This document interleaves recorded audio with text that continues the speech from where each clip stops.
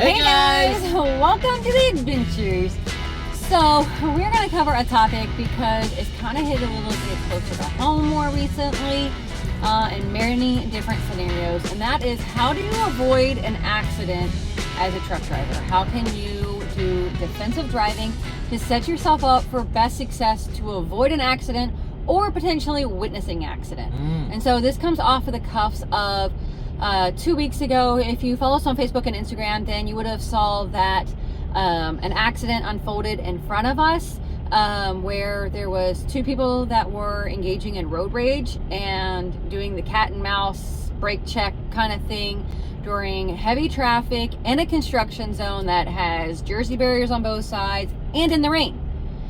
And unfortunately, when they decided to do a brake check on one another, one of the vehicles then also hit the brakes and spun out and went in front of an innocent family of 5, and their vehicle went kind of side head on into a Jersey barrier. Yeah, straight into the concrete barrier, yeah. And so that same day, I had 2 converters that were bad, and I caught a really large air leak with both of those, and that's where the defensive driving starts. Doing a good pre-trip so that your equipment can work well, because during that scenario it was unfolding in front of Scott really quickly, and I was laying in the back, and so I didn't get to see all of it starting to unfold.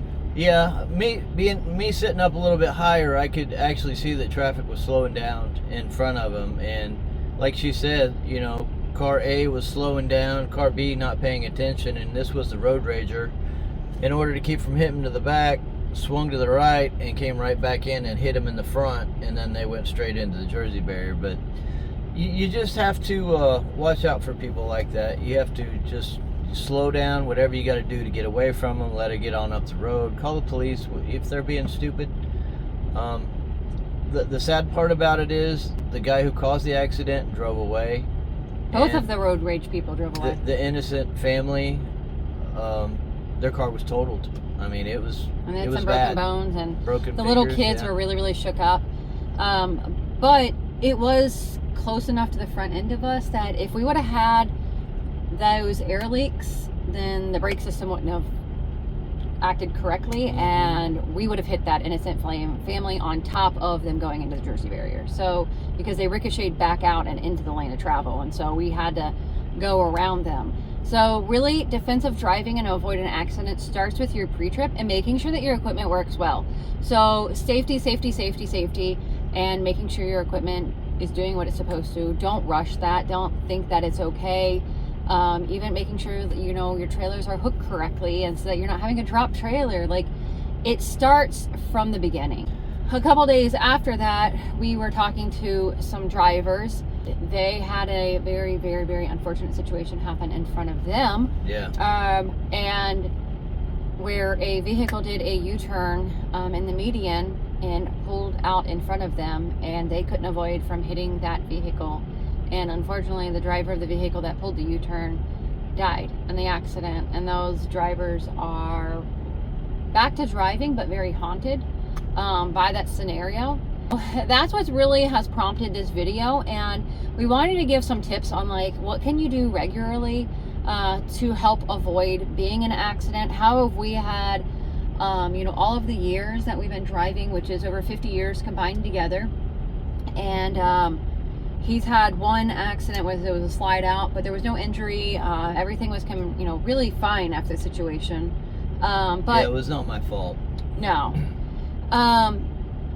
And I've had 17 years. Now we've been teaming for 9 years, and we've never had an accident. We've covered millions of miles with no accidents. And so how do we do that? And it really comes down to defensive driving, good pre-trip, and knowing our vehicle, being able to apply some principles. And so we wanted to kind of go over one of those principles that we learned early on, that our old company used to offer this as yearly regular training. So there's a program called the Smith System, and you can actually purchase it and do it individually. I think we learned a lot from it. So key number 1, there's 5 keys to the Smith System. Key number 1 would be aim high in steering. So you look as far ahead as you can see, you know, at least 15 seconds. Sometimes if you're in the hills, that's not possible, but just make sure you leave enough room, at least 15 seconds in between you and the vehicle in front of you. Before you go to the next one, I did want to say like how I use it on like really congested areas, because a lot of times like when I'm going through DC and things like that, or like on 95, like where 26 ends, you can see well in advance where the other highways are going to be going into it, and you know that there are areas that like heavier traffic's going to pick up, or you can see a truck is going to be getting on the highway, so you can kind of look at the get off exit and look down over and across to the other side and see if there's going to be a truck getting onto the highway or a gap of cars put together, and that way you can get in the left lane and be prepared for a vehicle getting on beside you, so that way you still have plenty of time. Sometimes it's over a mile of planning ahead by being able to get that big picture of aiming high and steering and really looking out in front of you. So that would be the next key. Get the big picture. Be aware of your surroundings, like she was saying. Other vehicles, pedestrians, potential hazards. Just by consistently scanning your environment. You know, consistently checking your mirrors every 5 to 8 seconds. You know, and then Which again goes to the next one, follow around. Keep your eyes moving. Yeah. And so how they always like to say is keep your head on a swivel. Like you're just constantly, your head should constantly be moving and monitoring the situation. And that's also how in the scenario when it was unfolding, is that he was able to apply the brakes so aggressively, not just to avoid the vehicle in front of us, but also to make sure that there was not going to be another vehicle hitting into the back side of us. And so by making sure you have a buffer, and all of that space allows you to really know what's going on around your surroundings. So the next key would be leave yourself an out, and that would kind of follow behind, keep your eyes moving. Hey you, Simple Livin fan, I have a quick question. Are you a family member yet? No? Well, let me tell you. Fast, free, and it is the best way to support the channel. All you need to do is hit the subscribe button. Next to it, click on that bell and change it to all so you get notified every time a new video is uploaded. While you're there, why not leave Angela and Scott a comment on today's video, and if you have any questions, I know they'll reply. Now, with all that being said, let's head back into today's regular scheduled program. Keep your eyes moving. If your eyes are always moving, you can see, is there somebody beside you? Is there somebody this side of you? Is there somebody following you too close to the back? If you hit the brakes, are they going to hit you in the back end? So just constantly being aware of your surroundings. And the last one is make sure they see you. In today's world, that's a lot harder, you know, but if you're not sure that they're gonna see you like making a gesture or your turn signal, don't just assume because your turn signal's on that you can move over. If they aren't slowing down, then they're probably, even if they are seeing you, they're not going to be acknowledging you, therefore do not get over. I know it is getting a little bit harder because of the way I think truck drivers have started to drive a little bit more aggressively. It also makes it so that car drivers aren't respecting us. So it's just a constant between the two of this fight of I'm not letting you over and you're trying to come over on me, and it's making it harder. So that last principle of making sure they see you, a lot of times they're seeing you and they're not going to respect you. And so do your part so that a driver, other drivers, and other people are going to want to respect you. So that way when they do see you and they see that you have to do something, that they're going to give you that as an opportunity to help better the situation. And so make sure you're doing what it takes. So if you are on a dedicated route, or if you get to run a route more than a handful of times, I really want to encourage you also to like memorize the road, memorize where there's heavier traffic patterns, potholes, weird bridge seams, drop-offs, the lay of the land. Try to memorize that so that way you can really set yourself up for success. Because I know like right now in Georgia, you know, this past spring, really late winter, there was all that snow and ice. Well, their roads aren't made to have snow and ice on them as long as they're not equipped to handle it either. And so now, fast forward the summer with the heat, those roads are getting tore up. Those bridge seams are big drop-offs.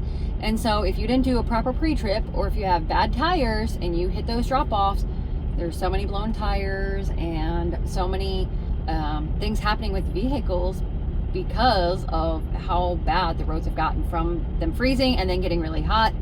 And so if you know the road, you can know where it's less harder on your vehicle and help avoid some of those situations. And so, yeah, making sure you're getting the big pictures. And then another, that same time frame when the drivers got in that accident, I actually was stuck in DC for 5 hours when they were doing construction and a bridge seam and stuff like that.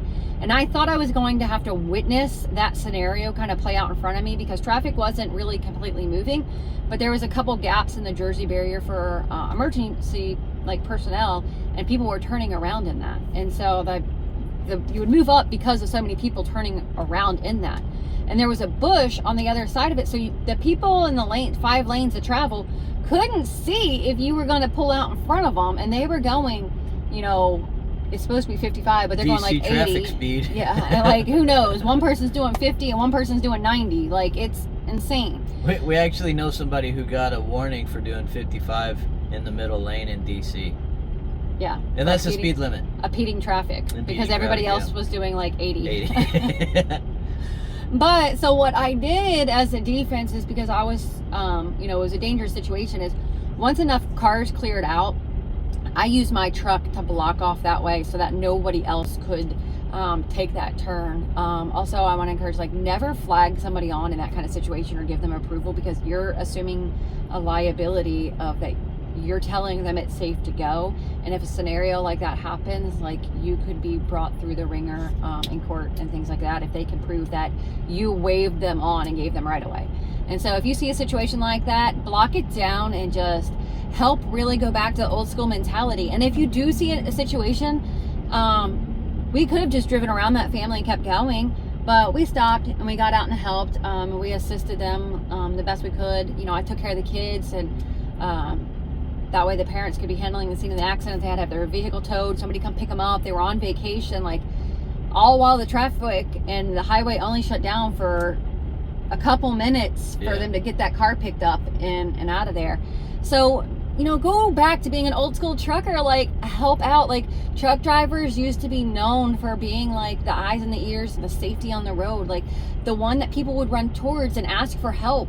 And it just seems like we're so far from that. And so you can do your part to make it into a better situation, and use your truck to help block a scene or block a dangerous situation or aid and assistance. It's not all about the dollar. Go help make a difference in the world. And I know it's really a struggle these days. People don't make it easy, but sometimes you just have to show grace and kindness. Most likely you're not going to get it back, but if it keeps you out of trouble, you just do what you got to do. That's right. So I hope that hopefully this is helpful for you guys, and it helps you open up your mind and perspective. And if any of you are owner operators, I would encourage looking into getting that system and applying that class, and see if it helps save you on insurance and things like that. I'm sure it probably does. Yeah, great training tool. But all right, guys, you stay safe and enjoy the adventures. Bye.